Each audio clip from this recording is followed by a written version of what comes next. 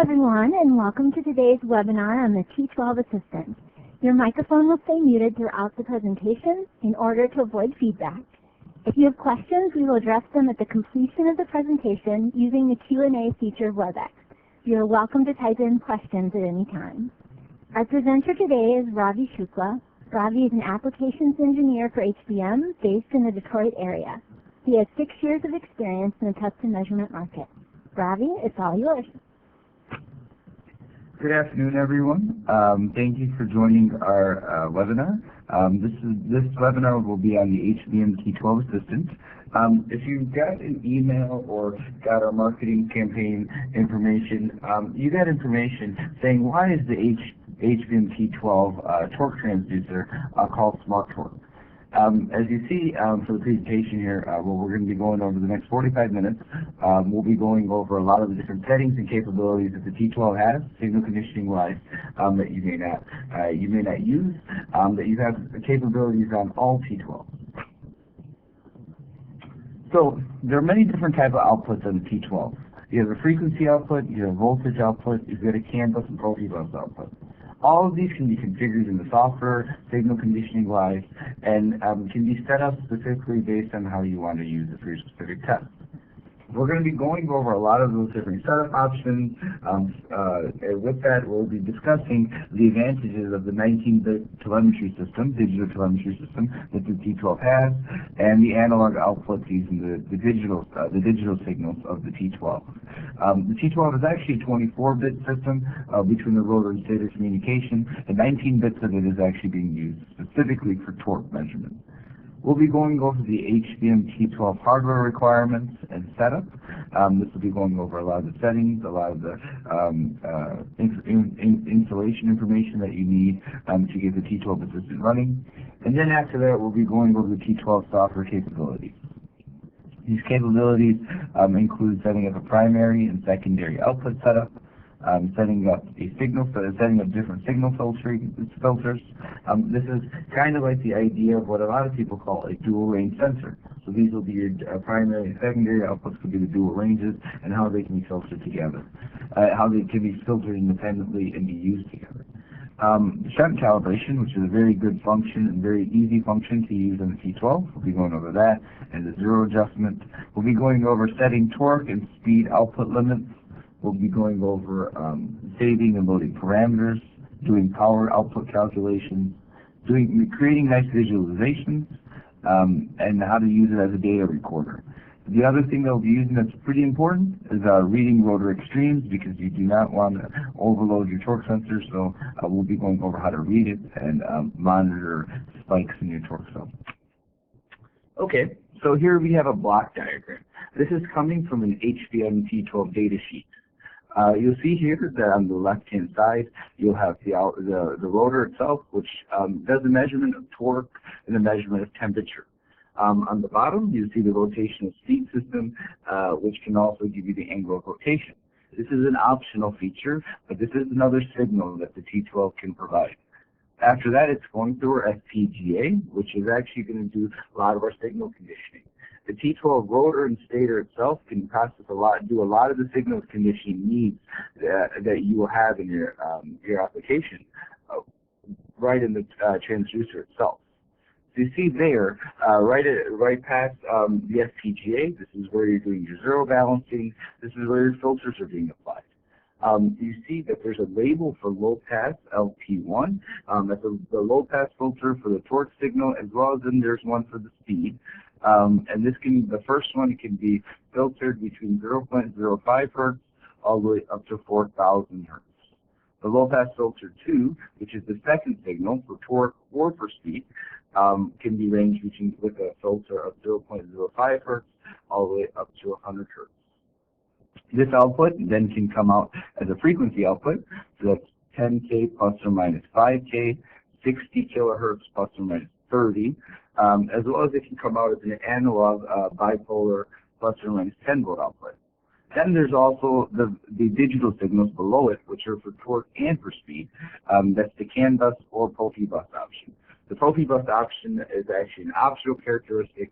All T12s are built with CAN bus, So you can connect to the T12 directly to a CAN bus port without needing a specific option to purchase for it. This is the actual digital signal where you'll have the most capabilities. After that, you can also see that there's angle rotation and power calculations that can be passed through as well. As you see, most of the stuff is actually being done on the stator side. The stator itself is providing you all the signal conditioning, and between the rotor and stator, you're actually going to get that true digital communication that's providing you the maximum capabilities, output, and resolution. So, first, you have the HBM T12 Assistant. The hardware requirements for it are it needs a Windows-based PC with Windows 2000 or greater. After that, you need a USB CAN interface module, which is made by Peak Systems. This is the module that we provide. Obviously, there's other modules out there, but this is the module that was built around the T12. And you see there's a block diagram below with it. There's also a CAN communication cable, which has a Binder 713 female connector on one end. That's actually plugging into connector 4 of the T12. And then on the other hand, you have a 9-pin D-sub. That 9-pin D-sub connects into the Peak USB CAN dongle, and from there, that Peak USB CAN dongle connects directly into your PC. In the bottom, you see that there's a termination resistor. The 9-pin D-sub connector has a termination resistor that can be turned on or off. Obviously, when connecting on the CAN bus with the T12 Assistant, you need it to be turned on. So after you do that, you can install the T12 Assistant, which includes the PCAN software with drivers. You do have to accept that as an option, and that is a file called pcandrv.exe.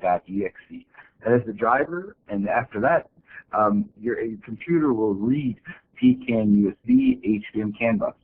You see it circled in the startup screen for the T12 Assistant. The factory default of the T12 is actually 1 megabaud. That is the baud rate.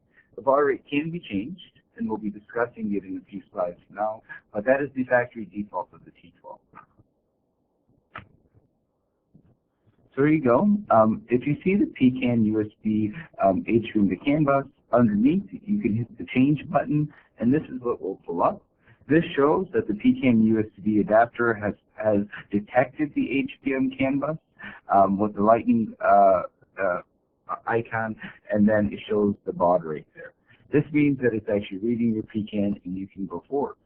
Then the next thing you have to do is just hit the scan button, and when you hit the scan button, it's reading the bus.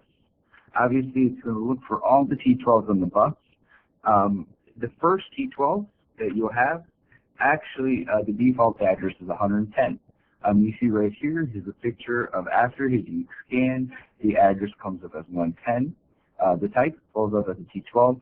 The version, which is rotor and stator firmware, are listed there as well.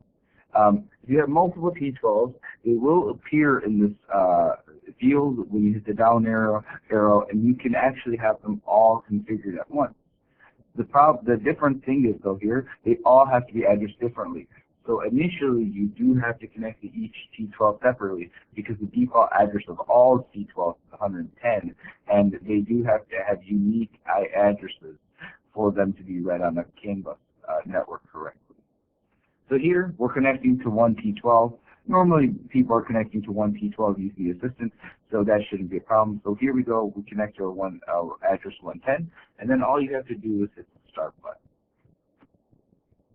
When you hit Start, this is how your T12 Assistant will look. This is actually an expanded view with the columns to the left. There are two fields here that may not appear if you connect to the T12 Assistant. That is the parameterized transducer field and save and load parameters field. That would happen if you've never accessed this specific T12 before and you haven't actually put in a passcode into it to actually get to these fields, which are actually fields that you can change. So here I have a screenshot of hitting the passcode entry option. When you hit that, the pop-up box will show up in the middle area and where you can enter your passcode. The passcode for a T12 as a default is 123. You can change this, but the factory default is 123, and normally people will keep it at 123. If you want to change it, the reason for it would be so you can have users that are using the T12 access the settings and changing the scaling factors, the filtering options, and such. You can lock them in, and then after that, with a passcode, they can access the extra settings. This could also be if you use the T12 Assistant in the field, you're using it for visualizations, and you do not want to have these options accessible. You want to only use it as a read function. In our case, we're going to keep the passcode entry on, so we can have these extra settings. So we've typed 1, 2, 3 in the field here, and then what you have to do is you have to hit the OK button twice. When you hit the OK button twice, you'll actually get a box that will show you that it's processing, and from there on, it'll expand the columns to the left if you've never accessed the bus before. So here goes the T12 Assistant system options. There's a long list of all the options, and we'll be starting from the top and going down to the bottom. So let's start with the field system. So I've clicked into the system field and expanded many of the boxes here on the layout. General settings, as well as CAN open. You have the CAN bus operational status, as well as the Profibus status here. For general settings, there's an option called LED display mode. Standard is the normal option you'll use. This is the measuring mode in which you can actually measure torque. This is used when your T12 is operational and you're using it for tests. There is an option, though, if you hit the arrow down, you'll get mounting mode rotor distance as well as mounting mode optical speed system. This is what you can use initially to do alignment with your T12 between your rotor and stator. Obviously, we do recommend using the measurement tools, using alignment tools, using spacers and such for alignment as well. But initially, before you're tweaking and doing some fine adjustments, you can use these mounting mode rotor distance and mounting mode optical speed system to detect to see if your alignment is good. When you actually access these settings, the LEDs will change their state that on the T12 based on if you're moving further away or if you're moving closer to the rotor. This is all just to determine if your gap is a good size.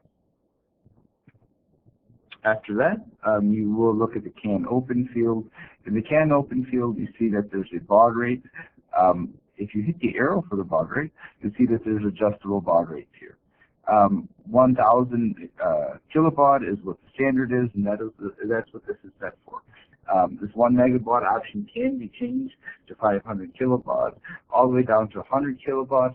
And the reason to drop the baud rate would be if you're running long distances, or if you're also putting this on a CAN bus network that has many devices and it's on a rate lower than 1 megabaud.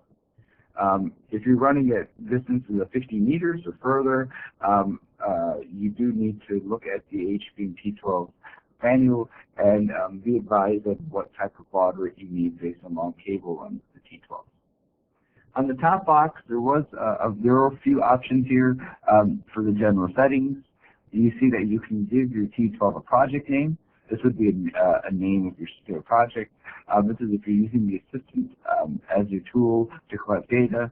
Obviously, the options to change languages. Passcode entry. This is where you can change your passcode.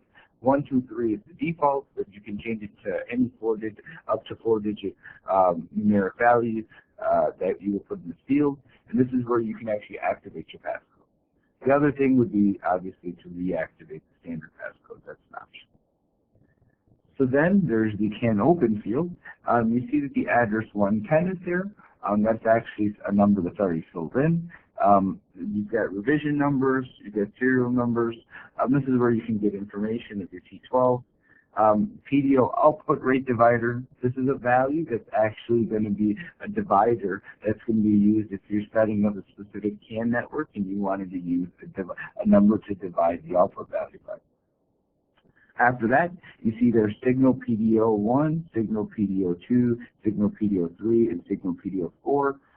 These are 4 different types of CAN bus outputs that you can have. If I click on signal PDO1, it was initially defaulted as torque LowPass 1. This is my first torque signal, but I can have multiple torque signals scaled and filtered differently. If you look, the pull-down box, there's a torque low-pass 1, as well as torque speed low-pass 1, as well as torque low-pass 1 in angle rotation. These are the options that I can get for PDO 1. So I can have my first PDO, which is an 8-byte message, includes my torque and my speed output on my CAN bus. Or I could have it as my torque and my angle of rotation. If you're using the T12 on a CAN bus network, this is where you can configure what messages you want to be pushed out on the CAN bus, what messages you do not want to be pushed out on the CAN bus. Obviously, the more messages you turn on, the more you're filling up the buffer and the process that's actually being used. So if you're not using a specific item, like if you're not using angle of rotation, or if you're not using temperature readings of your CAN bus to do computations, this is where you can actually turn them off. PDO 1, PDO 2, PDO 3, PDO 4. After that, we'll look at the parameterized transducer field. This is the parameterized transducer field is the most important field in T12 Assistant, because this is where you can actually change settings and you can actually access different filtering options, calibration, and so on. This is very important. That's why we do actually require this field to require the passcode to be entered in. So if you look at this field here, you'll see for torque, sign-wise, there's a positive and negative option. What positive and negative means is the torque cell itself does not really know which way the torque cell is operating, positive or negative, because it doesn't matter which flange is turning. It is only measuring the difference between the two flanges. So when you actually look at an HBM T12, normally the orientation is, if you look at the larger flange, which has the male pilot, if you look at it, the clockwise direction is actually the positive direction. If you wanted to change that orientation, you can obviously flip the torque cell around in your installation, or you can go into the software here and choose the value negative. If you have a 100 Nm torque cell, technically a 100 Nm torque cell means it's positive 100 to negative 100. Same up the range up to 10,000. The torque cell itself is actually scaled from positive 10,000 down to negative 10,000. You can also see that there's a unit option. This is where you can choose many units the torque cell will have: Newton meters, ounce, inches, foot, pounds, and so on. These are all the units that you would use in the measurement of torque. This is also where you can access your decimal points. For your decimal point, this number is mainly relevant only when you're using the bus technology, because these decimal points will actually be part of your message. If you're using, if you only want to look into the tenth or a thousandth of a torque value, this is where you'll choose that decimal point value, because you do not want the CAN bus to be overloaded trying to push out too many decimal points of your torque or your speed output. For frequency and voltage, that's all dependent on the actual electrical value, so it is not relevant in that field. So after that, we're going to go over the signal filtering options. For low-pass filter 1, -1 dB, is initially set for 1 kilohertz. This is where, if you click on that pull-down box, you'll see that there's a long list here of different filtering rates that you can use. These filtering rates can range between 0.05 hertz all the way up to 4 kilohertz. This is a value you have to figure out based on your installation, the signal conditioning that you're using after the HBM T12, what type of filtering you're using post-process-wise, and how much noise you're having in your installation. Filtering is a very difficult idea to use an art to understand what filtering options you need to choose. That's why there's a wide selection of low-pass filtering speeds you can use. This is also available when you hit the low-pass filter 2 option. This will range between 0.05 hertz all the way up to 100 hertz. So let's look at the fields below it. You see here, this is where it says measure first point and measure second point, and below that you'll see 2-point scaling. Currently my 2-point scaling is set at disabled state, but when I enable it, this is where I can perform a 2-point calibration. This is where I can use my lever arm and weights and actually do a 2-point deadweight calibration on my torque cell, and I can actually hit the arrow key here and it'll measure what the electrical value is. When it measures this out, it'll actually measure also what the torque that the torque cell is seeing and put that value in these fields. This is what you can do to actually do a 2-point actual calibration. So the actual value will be coming from when you hit the measure button. You'll fill that field in, and the set point value is where you will put how much weight you thought you've applied using your lever arm and weight. This would be your 2-point calibration for the installation. All you would have to do is turn that disable button to enable, and there you go. You can perform a calibration. The next fields we'll talk about in the parameterized transducer fields are rotational speed, as well as angle of rotation, and then speed angle output. In rotational speed, you'll see the units available are revolution per minute, 1 over seconds, which is hertz, as well as radians per second. You can also choose the decimal point. It's the same idea as the decimal points I was referring to when we were discussing torque, as well as sign.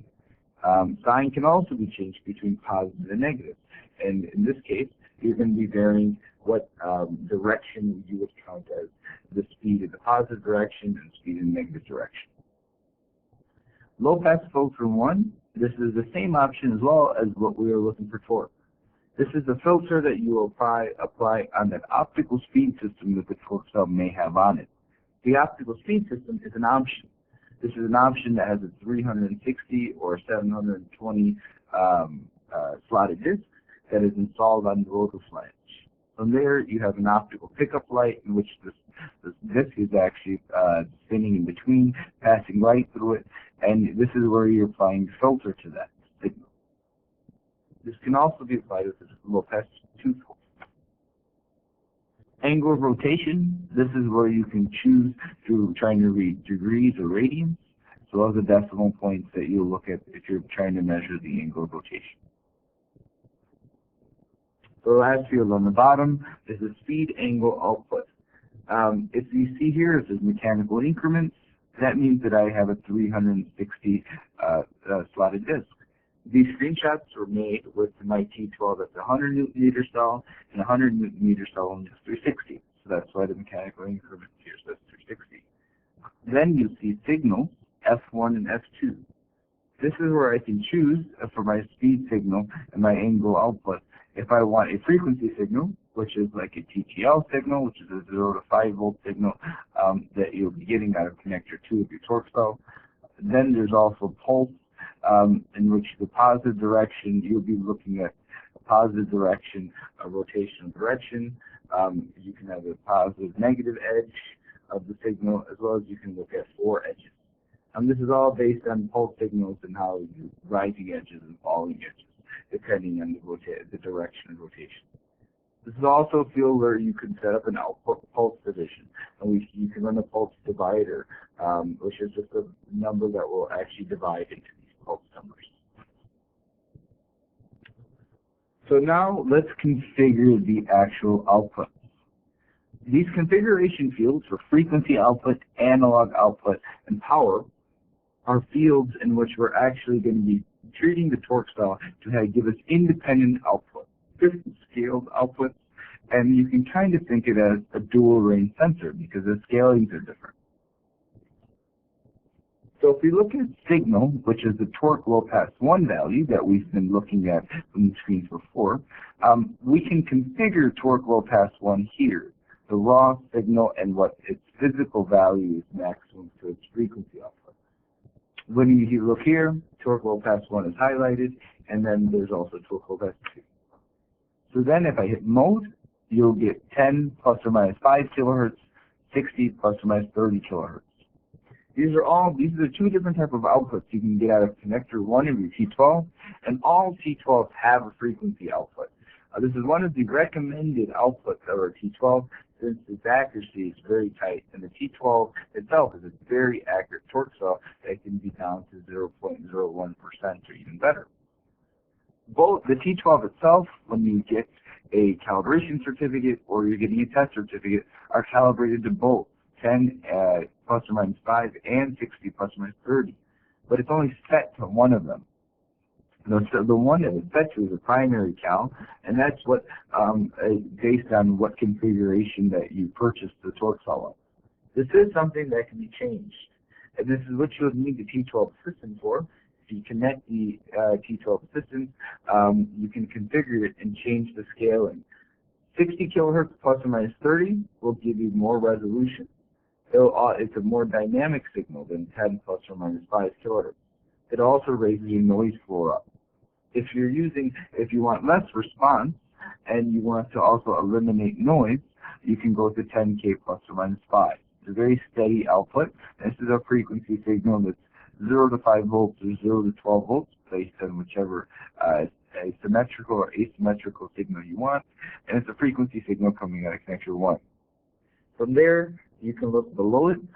My torque cell is a 100 newton meter torque cell, and you see here physical set point. The first point is 0 newton meters, and my second physical point is 100 newton meters. This scales to first frequency point of 10 kilohertz, and the second physical point in electrical units is 15 kilohertz. These are obviously theoretical, and these are numbers that can be adjusted based on the fact that you may have a test certificate or a calibration certificate, and you can put exactly what 100 newton meters is equal, which could be 14.995 kilohertz or 15.01 kilohertz. It can be whichever number, but this is where you can actually change that value as well. This right here will give you the setup we're looking at will give you a range of your output between from 5 kilohertz up to 15 kilohertz. So it's 10 kilohertz with a 5 kilohertz span in the positive and negative direction.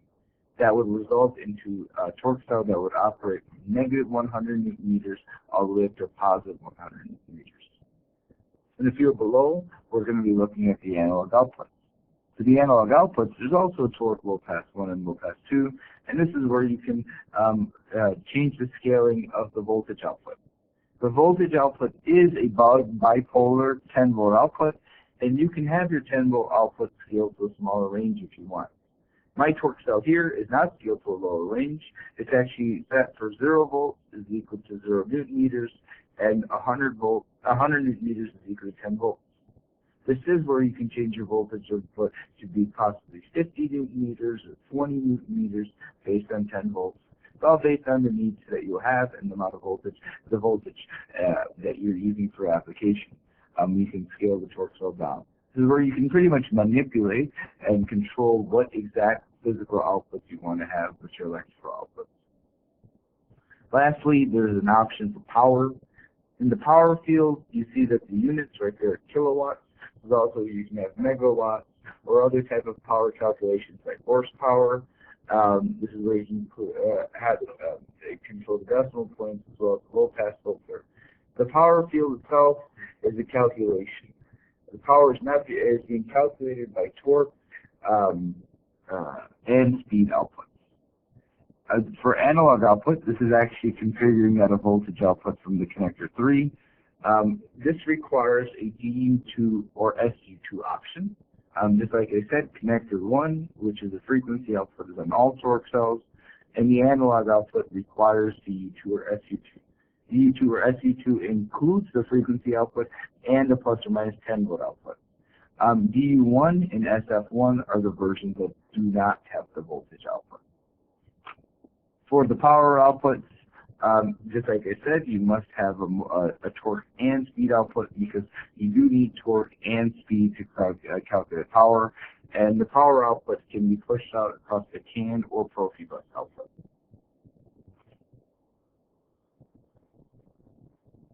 So the next field we're going to talk about is signal conditioning. Signal conditioning, we'll go over the signal conditioning for a torque signal, for the analog, the angle of rotation, as well as going over the different limit values you can create. So if you're looking at the signal conditioning for torque, this is a very important field. This is also a very simple field to use. You see that there's an option for shunts. This is where you can enable your shunt calibration.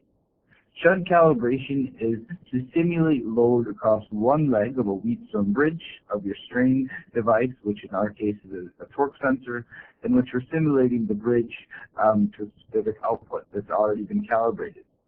We do provide a calibration on our calibration certificates this shunt value at all times.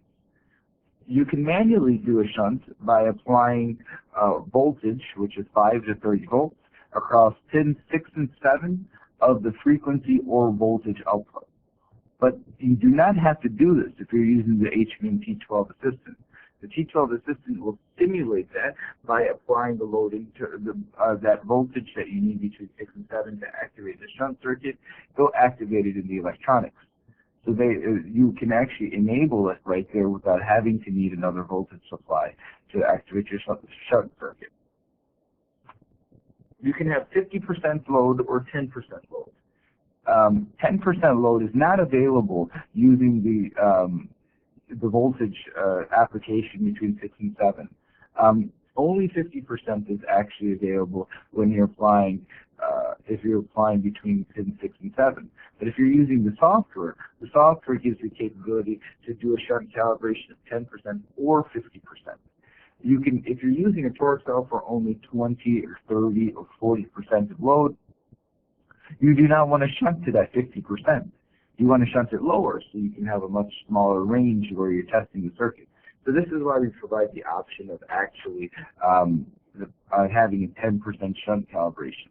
This shunt value in a calibration certificate is labeled a check signal on a DKD cert, and it is actually called a shunt if you're just using a shunt. If you're using our shunt calibration signal, if you're using our test certificate.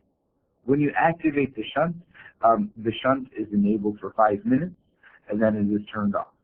This is where you can use the displays that we'll be looking for, or we'll be looking at later on, to actually see what the shunt value is, or you can have it connected to your electronics or your PLCs or your controllers to view what the value is there. This is something that you would obviously want to disable after using, so that's where the shunt circuit does not stay on. This is something you should perform regularly, and it really only takes a few minutes of your time to perform the shunt circuit, and you can see if your torque cell is operating correctly, if the bridge is operating correctly, and you can compare it to what the shunt signal was from the last time you ran it, or from even compare it to what it was when the test certificate was produced. So after that, there's a field for zero signal balance.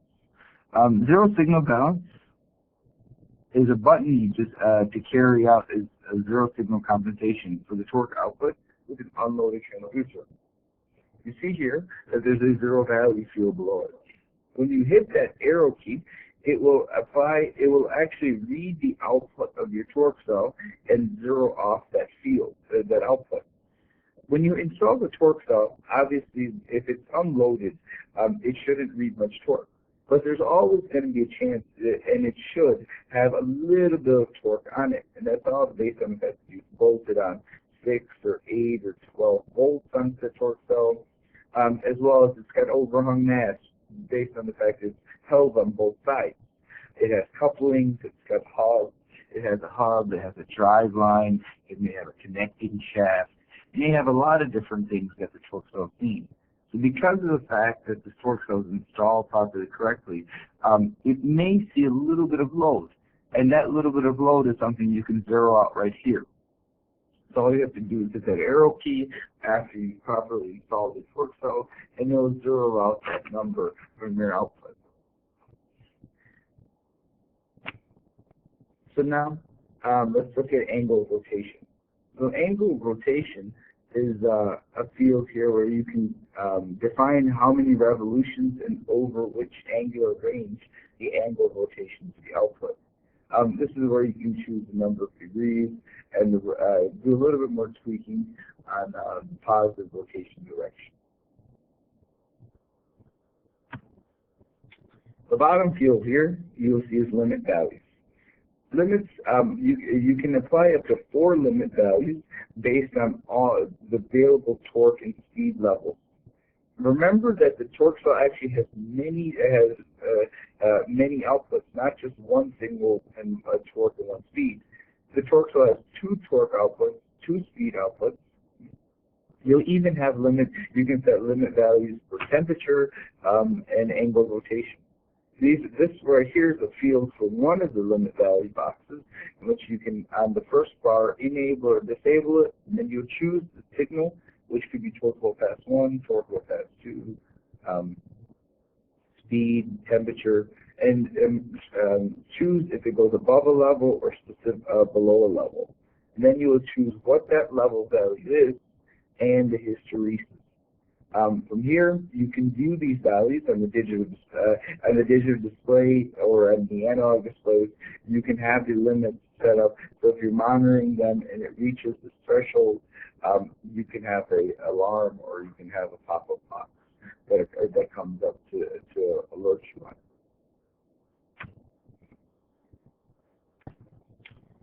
So after signal conditioning, we're going to go over save and load parameters. Save and load parameters is a field here that actually will let us load from a transducer or save to a transducer settings. We can also load from a PC or save from a PC. So in the top box, we have save to transducer. The torque cell itself, every T12 can have up to 4 parameters that's saved to it. This is very important because maybe you use a T12 for many different applications. Maybe you have one test run in which you're using a 1,000 newton meter torque cell up to its full capacity range. Maybe sometimes you're using it only for 500 newton meters. Maybe sometimes you're applying a different type of filter to it. Based on that, you can save those different settings to the transducer as a specific parameter set. I do recommend saving using parameters at 2, 3, and 4 most of the time, and not touching 1, since 1 is a default. Obviously, there are other ways to go back to your default settings, but the easiest way would be to touch 2, 3, and 4 first before playing around with parameter set 1. We do recommend saving these parameter set files on your computer because if you've got multiple torque cells or if you've got a torque cell that you may need to send in for repair or recalibration, you'll have the setup file, so when you get it back, you can just take this parameter file, send it to the torque cell, and you're ready to go like the setup was before.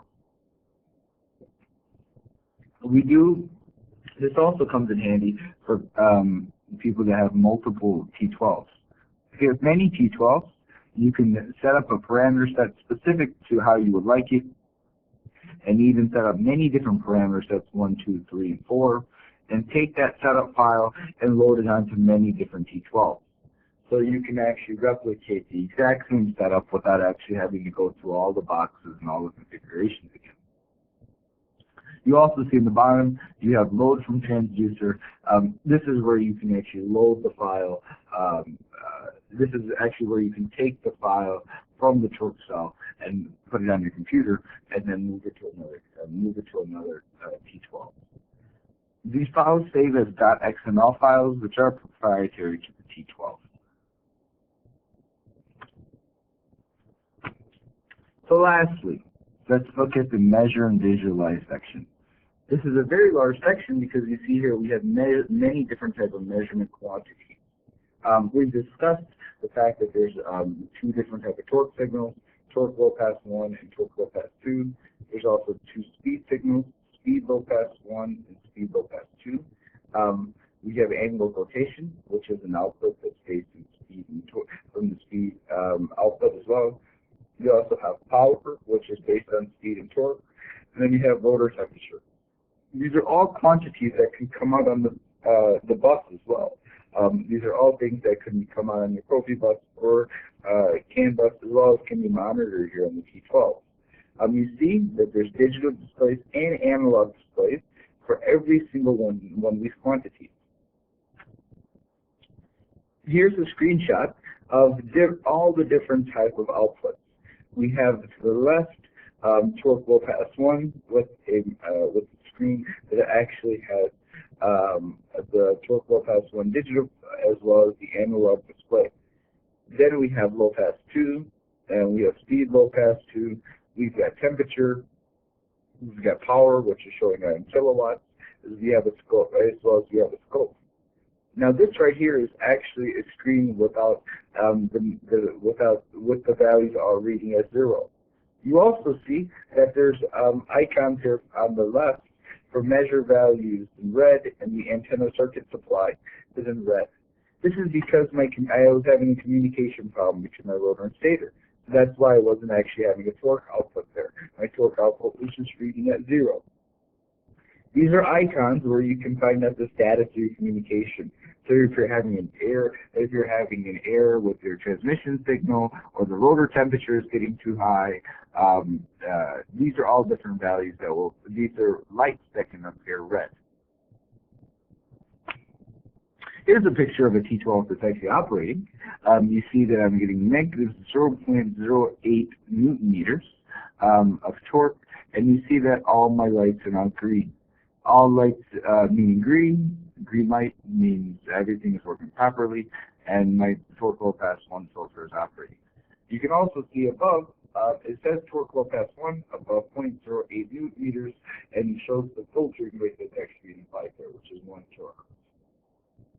To the left, we have a plot, and this is a plot of my torque LowPass 1 filter across the time value of about 5,000 milliseconds.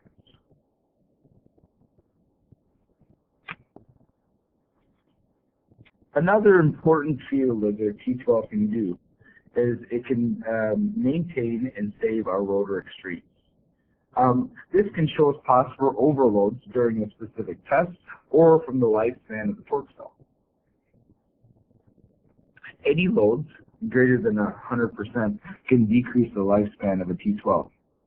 Any load greater than 160 to 200%, depending on the nominal capacity range, can damage a T12 permanently. Depending on the nominal capacity range, this is something that's spec'd out in the data sheet, depending on what the overload capacity is. So this is something you do not want to hit. We look here, and you got torque. You see that there's values greater than 100%, greater than 120%, all the way until greater than 180%. You also have a max and min column. The max column represents number of occurrences in the clockwise direction, and the min represents the number of occurrences that this is happening in the counterclockwise direction. These are important values that you need to be able to, if you see numbers in this box, it is crucial that you figure out why you're reaching high levels. So now I've actually taken a screenshot of a rotor extreme of a torque cell that has been, that many loads have been applied. To me, this shows that my torque cell possibly may be too small. Right now, I'm seeing loads of 180% in the counterclockwise and clockwise direction. This may mean that I may want to install a torque cell that's larger, that won't see these great values, because you could possibly damage the torque cell because of this. The other things here that you'll get is obviously you can also get speed values and find out what your max speed that your torque cell was. You can also see the max temperature. The max temperature here, the value field is actually written, you should take 1/10 of the number there, and it's written in Celsius. So my maximum temperature is here, it says for value is 388. That actually means it's 38.8 degrees Celsius. These values are coming from 3 thermocouples that are inside the rotor flange with the male pilot. This can provide us the temperature of what the torque cell is actually seeing. And this is needed because temperature does make a big effect on the output of torque. If you need more reference to this, we did have a webinar series for torque measurement uncertainty that discussed all the measurement uncertainty items and errors that you can get in your accuracy. from in measuring torque. Temperature was a very big factor of it, other than extreme loading, and because of that, this is why we want people to know what temperature their torque cell is seeing and what the gauges and the strain gauges themselves are seeing. You can see there's also the field that's in time, greater than 180% time, total operating hours. My torque cell has operated for 195 hours, and I reached greater than 180% at my last state. The time that you're taking is in hours, and the reference there greater than 180% would be a comparison to which hour of operation your torque cell was running. Did you see this really high spike in torque? After that, let's look at the T12 Assistant. It can graph and record data. You can use the T12 Assistant to run a test as well as to visualize and do some analysis. You see that there's an option here that says spread. Then there's also, that's for a spreadsheet. You have graph, you have spectrum. These are three different type of plots that you can have of the T12 of your data file. You could have saved your data file from a previous test as well and analyzed old data files. So there's a tab here for measure data from files that has circled to the bottom right. This is where I can click on this file and open up a .T12 file. .T12 file is a file that'll have all the configuration options as well as the data that I actually collected from a test. So here's an example of a file I created. This right here is the left column is in time, and the right column is in Newton meters. And here's my values in a spreadsheet.